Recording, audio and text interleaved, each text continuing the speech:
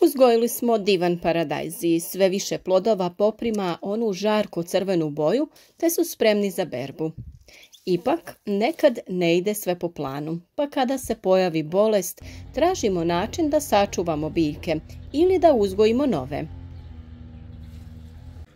Najveći problem se javlja u trenutku kada biljke obole dok na sebi imaju plodove, a tada izbjegavamo svaki tretman hemijskim preparatima. Ipak, za svaki slučaj kada imamo na biljkama veće zaperke, iskoristiti ćemo ih za stvaranje novih biljaka. Zaperci su izdanci na biljkama koji rastu pored listova i mogu stvarati probleme kod uzgoja. Svi vi koji redovno pratite naš kanal i naše savjete, vidjeli ste kako mi formiramo stabljiku paradajza. Već nakon sadnje uklanjamo zaperke da bi dobili jednu glavnu stabljiku na kojoj bi bili plodovi i listovi. Sva dodatna zelena masa na biljci bi smanjivala protok zraka, a to bi moglo dovesti do pojave bolesti. Skidanjem zaperaka potičemo biljku na bolji rast u visinu, te na taj način dobivamo biljku koja na stabljici ima nekoliko rodnih grana. Ipak, nekada slučajno, a nekada namjerno, ostavimo zaperke da se razvijaju. To je najbolje uraditi na biljkama gdje ima više prostora oko njih. Ako je biljka jaka, a tlo plodno, tada zaperke možemo ostaviti da bi dobili veći broj plodova. Na taj način možemo ubrzati ili odgoditi glavnu berbu za neki određeni period.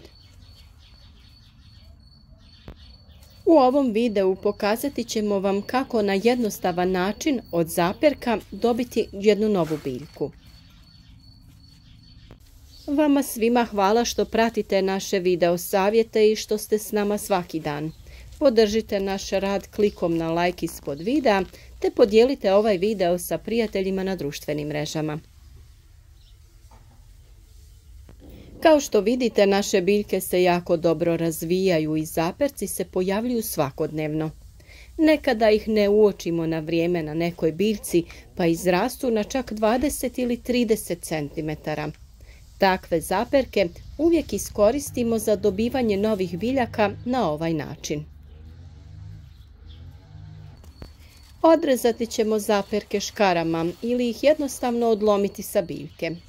U vrtu uvijek imamo posudu sa vodom u koju stavljamo zaperke. Već kroz nekoliko dana možemo očekivati pojavu korijena. Voda koja se nalazi u posudi je odstajala, a ipak najbolje bi bilo da se radi o kišnici. Nije potrebno dodavati nikakve hormone za razvoj korijena, jer paradajz je sklon da pušta korijen i na stabljici.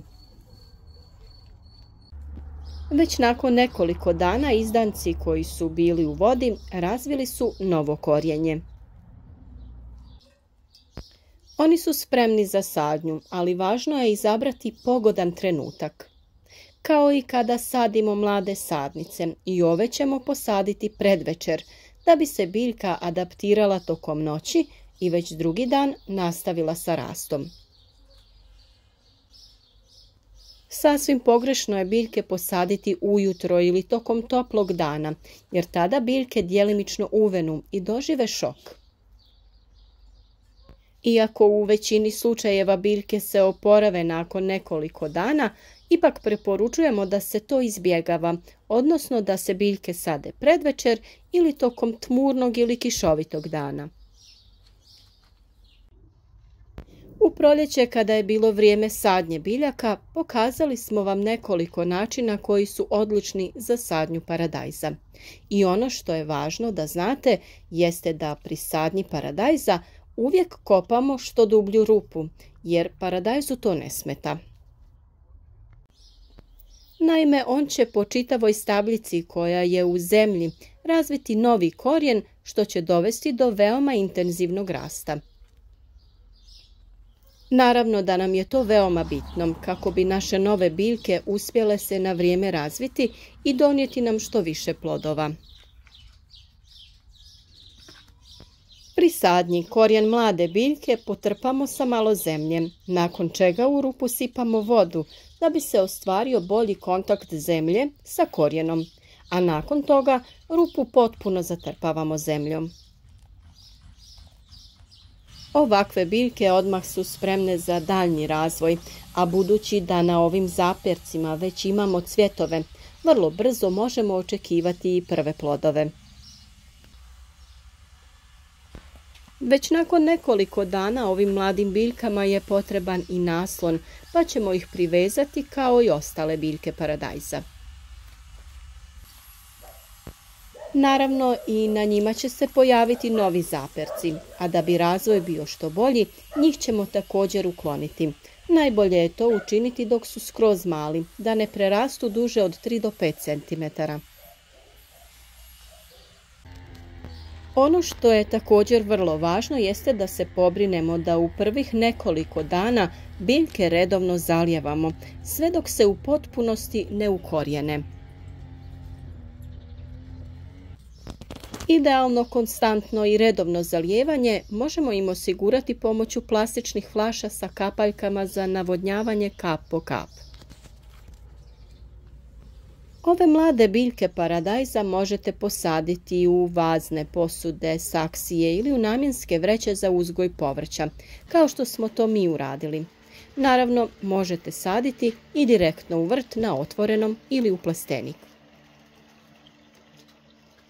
S obzirom da je ljeto skoro tek počelo i već polovinom ljeta možemo očekivati prve plodove na novim biljkama. Ipak nadamo se da ste sačuvali vaše biljke od bolesti i da vam ova metoda nije potrebna, ali ako na vašim biljkama nađete lijep zaperak, posadite ga na ovaj način na neko mjesto u vrtu ili ga posadite u vazu te ga poklonite nekom. Ovo može biti lijepo iznenađenje za sve ljude koji vole uzgajati povrće. Ovakve biljke možemo uzgajati negdje pored sjenice ili na nekom skrovitom mjestu. Odlično izgleda i dekorativno se odlično uklapa, a naročito kada se uzgajaju u vazama ili vrećama.